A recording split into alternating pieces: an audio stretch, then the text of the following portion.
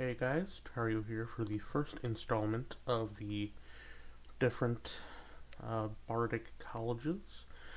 This first one, I'm going to go over one from the DM's Guild. I'll put a link in the description to the website. This one is a homebrew college created by Matthew Mercer, the Dungeon Master for Critical Role. I'll put the playlist to the first campaign in the description as well. But I think this one is a really cool college, and I kind of wanted this one to be the first one because I used it once in a campaign. Not well at all, and I didn't go much in any higher levels just because, we didn't, or at least I didn't have much part in the campaign, but I still think this is cool. I think the artwork is amazing. I really like the swirls, kind of like he's enveloped in music, and the whole conductor feel. Uh, and with this one, like I said, the conductor feel right here with the baton. I think that's really neat. But let's get started. First ability, Battle Muse. When you join the College of the Maestro at 3rd level, you gain 1 additional use of Bardic Inspiration. Then you also get another one at 6th level and 14th, so you get a total of 3 more uses of it on top of what you already have from your main Bardic abilities, which is nice since a lot of these effects, the conducting techniques, involve using your Bardic Inspiration, so it's nice that you get a few extra ones. Okay, Symphony of Conflict. You've been trained in the bardic art of magically manipulating the sound of combat into a concert of powerful melodies that can alter the very battlefield around you. When you select this bardic school at 3rd level, you learn 2 conducting techniques of your choice, which are detailed under conducting techniques below, right here. All techniques require at least 1 free hand, baton, or wand to utilize. For these techniques to function, you must be able to see your target, and they must be able to hear you. You learn 1 additional conducting technique of your choice at 6th and 14th level, sorry. Each time you learn a new technique, you can also replace one technique with a different one. Okay. So I like the fact that they added that each time you learn a new one, you can also replace one technique you already know. It just allows you to try it out a little bit more, kind of get a feel for what you like in the conducting techniques, so you're not just stuck with what you chose and you can never go back. It just kind of gives you a bit of freedom with this college, Next up, Frantic Crescendo. At 6th level, you can harness the beat of battle, whipping it into a frenzy of drums, chants, and glory. You can use your action to expend any number of uses of your Bardic Inspiration feature. For each expended use, you can immediately grant a Bardic Inspiration die to a creature other than yourself within 60 feet. You can see. A creature can have only 1 Bardic Inspiration die at a time. Once you use this feature, you must finish a long rest before you can use it again. So I think that's pretty cool. You can just use your action to, instead of giving one person inspiration as a bonus action, use your main action to give a lot of people inspiration at once, which I think can be very useful. And like it says, it's up to the number of inspiration you have, I believe, for each expended use. You can any number of uses of your Bardic Inspiration feature. So it's just giving as much as you can to your allies to help them out. Then, Virtuoso of Captivation. Upon reaching 14th level, you can begin conducting a mystical symphony as an action, distracting and capturing the minds of nearby creatures. For up to 10 minutes, any number of creatures you choose within 60 feet who can hear you have disadvantage on saving throws against being charmed and against magical sleep. So that's pretty cool. Like, if you have someone who can charm or put them to sleep with magical ways, you can use this and just give them a disadvantage on those saving throws. Then, in addition, affected targets have disadvantage on wisdom perception rolls that rely on sight or sound to detect targets other than you. So, if you're doing like a mass stealth mission, you can distract like a guard and just have your allies or your party sneak by for a little bit. Like, this just helps out immensely with that. Then in combat, you must spend your action each turn to continue the performance or the effect ends. Once you use this ability, you need to finish a short or long rest before you can use it again. I think it has good effect for both in combat and out. Because with the first one, I think that works more for in battle, because they're going to be charmed or you might put them to sleep. But I think, it might have more effect out of, because I don't see people putting, enemies to sleep or trying to charm them, so it might have more for outside of combat, especially with the disadvantage on perception rules that rely on sight or sound. Because unless you're a rogue, you're not really gonna stealth or like outside of battle, Then onto the conducting techniques. Yeah, okay. Aria of suspense, Ansia. You build an air of tension and paranoia with subtle, droning tones. As an action, you can expend a roll of bardic inspiration. For the next 10 minutes, any creature of your choice within 60 feet cannot be surprised, and gain a bonus on saving throws against traps and environmental hazards equal to your bardic inspiration die roll. So this one, very good for outside of battle, I think.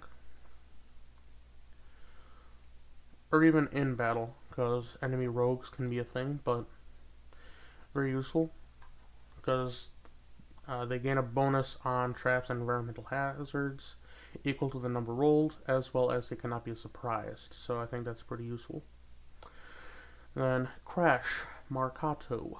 You learn how to harness and amplify the roar of a well-placed blow into a violent explosion of sound. When a creature other than yourself, within 60 feet of you, hits with an attack, you can use your reaction to expend a bardic inspiration die. The target of the triggering attack must make a strength saving throw against your spell save DC, or take thunder damage equal to half the number rolled and be knocked prone. So that's pretty neat. And that's just when a creature other than yourself within 60 feet of you hits with an attack. That, to me, sounds like either ally or foe. You just have to target them.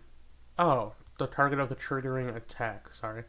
But still, it's pretty good to use to deal some extra thunder damage and knock them prone. Just to gain some advantage later on.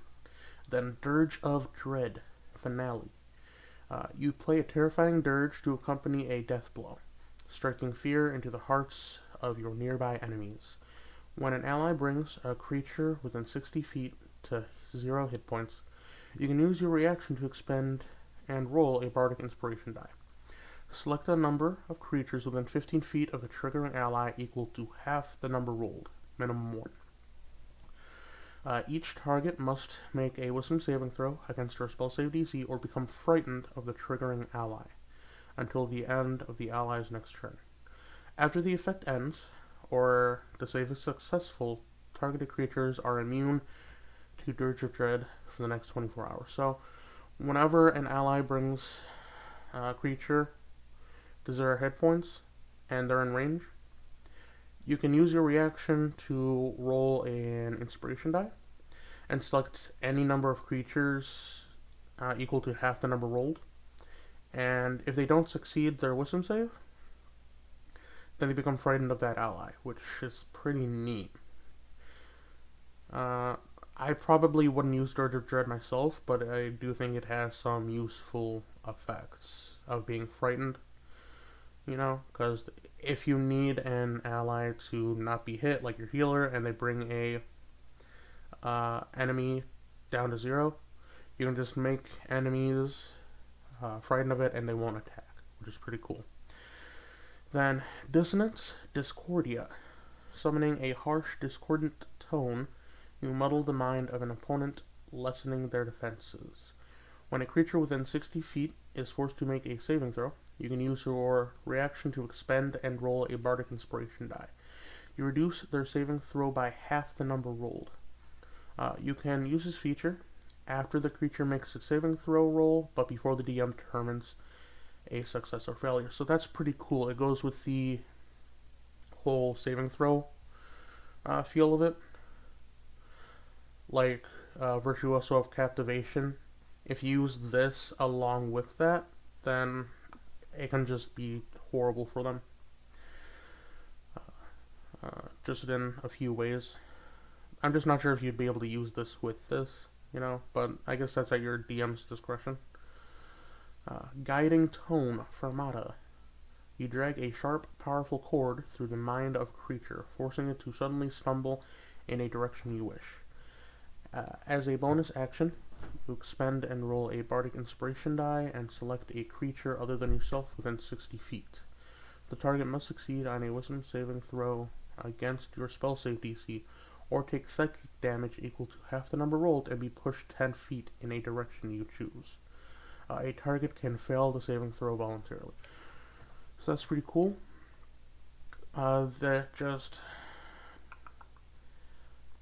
It's just a bonus action, it's not a reaction.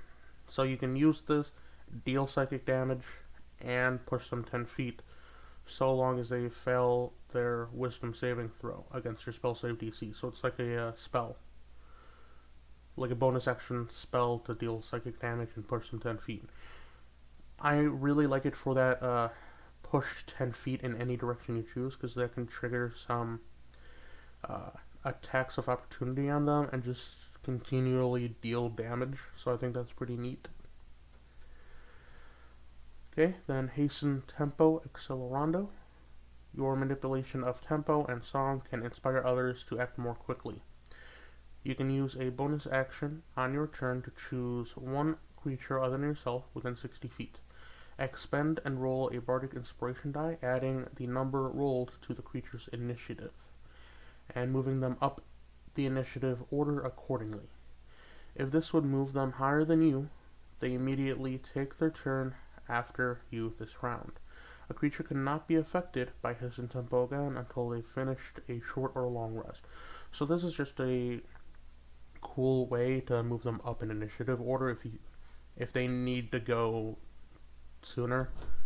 Like maybe your healer needs to go first, or like you need the big bad evil guy to just go down like this turn. You can move it up and they can just go and do what they need to do. Okay, then Hymn of Harmony, Armonia. The melodies surrounding your allies promote rapid recovery.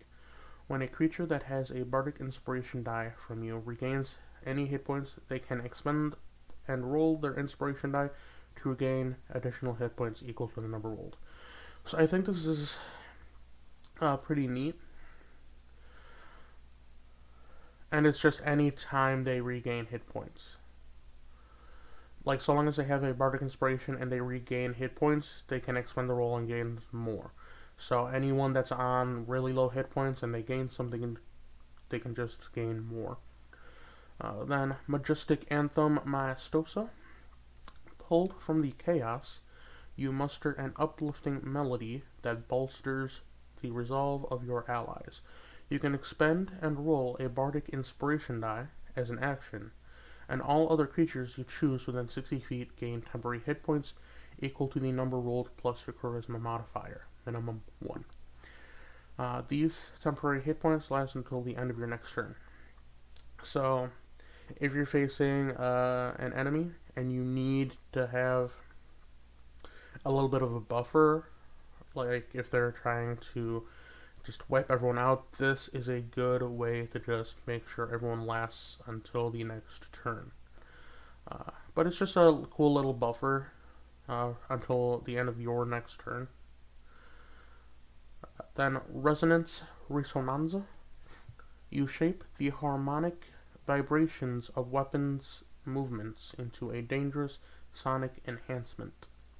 Using a bonus action, you can expend and roll a Bardic Inspiration die, choosing one weapon within 60 feet of you. Until the end of your next turn, all attacks with that weapon deal additional thunder damage equal to half the number rolled, minimum of 1. So it's a pretty good way to just buff one of your allies' weapons. Like, say you buff a paladin's weapon, they can just go in on like an undead, use smite, and just deal so much damage. This along with it for a bit of extra thunder damage. So that's pretty good. One of my favorites. Like, I really like Risonanza. I really like Armonia. What else? Like, I think those are my two favorites right now. Just Armonia and Risonanza. Or Hymn of Harmony and Resonance. Then the last one, Sprint, Presto. The song you conjure can stir the winds, pushing along those who require expedient travel. A creature that has a Bardic Inspiration die from you can expend and roll their inspiration to increase their speed for that turn. A roll of 1 to 4 increases their speed by 10. A roll of 5 to 8 increases their speed by 15. And a roll of 9 to 12 increases their speed by 20 feet. So that's pretty good for if they're too far away from the guy they need to hit. This is just a way for them to travel farther so they can get to them faster. That's really about it. But not bad.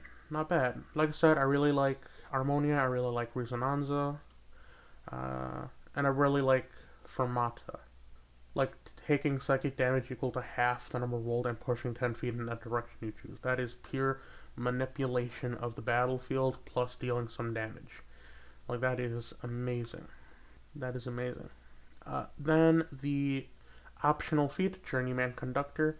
This feat works best with this class for sure. It can work with other bards since you do gain some bardic stuff, but I think it works best with this class. Let's go over it. You have spent some time in the bardic teachings of a Maestro, granting you minor command over the music of combat. You gain the following benefits. You learn 2 conducting techniques of your choice from among those available to the College of the Maestro in the Bard class. If a technique you use requires your target to make a saving throw, to resist the technique's effects, the saving throw DC equals 8 plus proficiency bonus plus your charisma modifier. So with it, you learn 2 conducting techniques. If you are already a part of the College of the Maestro, that's just 2 additional ones on top of the ones you learn. Which are, 4 total? 2 conducting techniques when you join, then 1 additional one at 2. So yeah, 4 plus these 2, you would gain 6 altogether if you use it with this class, or with this college. Then the other one, if you already have Bardic Inspiration dice, you gain 1 more. Otherwise, you have 1 Bardic Inspiration die, which is a D6. Then it just goes over what Bardic Inspiration is and how you use it. So you gain an additional 1 if you already know it, and if you don't know Bardic Inspiration, or if you don't have any, you just get 1, which is D6. Like I said, this works best with Bard, and especially this class. Like, it just works so well. Then, like I said, this is Matthew Mercer, designed by Matthew Mercer right down here, who is the Dungeon Master of Critical Role. Like I said, I'll put the description I'll put the link to the first playlist, the first campaign in the description, so make sure you go and watch it and support. Just fair warning, they are really long episodes, like a few hours each. And as you can see, come experience it every Thursday at 7 p.m. Pacific time at twitch.tv/Geek and Sundry. I believe they have their own Twitch now. This was made a while ago at Critical Role. I'm just going to put the link to the YouTube channel. But that's the College of the Maestro. Like I said, I like it. It's outside of lore, it's probably one of my favorite ones. Just lore and the Maestro. Because of how awesome I think it can be. You know? So with that, that's really all I got for you today. I hope you like the video and subscribe for more Dungeons and Dragons content coming in the future. And make sure you comment on what else you'd like me to do. I do plan on doing the other colleges as well. I just thought this would be a nice start to the colleges of the Bard. And with that, I'll see you in the next one. Stay frosty, my friends.